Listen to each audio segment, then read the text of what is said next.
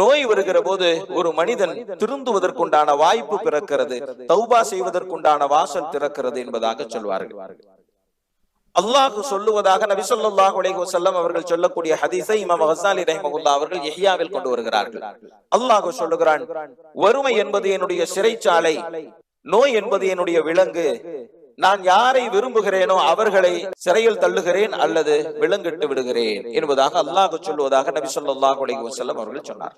இதற்கு விளக்கம் தரக்கூடிய வியாக்கியானர்கள் சொல்லுகிறார்கள், அல்லாஹ் ஜல்ல ஷானுஹு தஆலா தான் விரும்பியவர்களை அல்லாஹ் சிறையில் அடைப்பதும் விலங்கிடுவதற்கும் காரணம் என்ன என்றால் அவர்களை அல்லாஹ் பாவத்திலிருந்து தடுத்து விடுகிறான் என்பதாக சொன்னார்.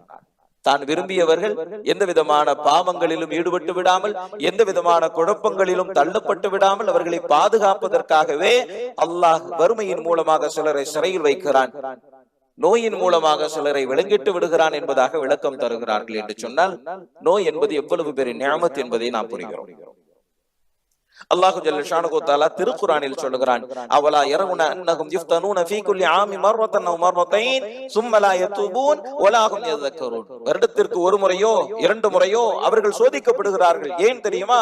தௌபா செய்ய வேண்டும் என்பதற்காக வேண்டி, படிப்பினை பெற வேண்டும் என்பதற்காக வேண்டி. ஆனால் தௌபாவும் செய்யாமல் படிப்பினையும் பெறாமல் இருக்கக்கூடியவர்களே நபியே நீர் பார்க்கவில்லையா என்பதாக அல்லாஹ் கேட்கிறான்.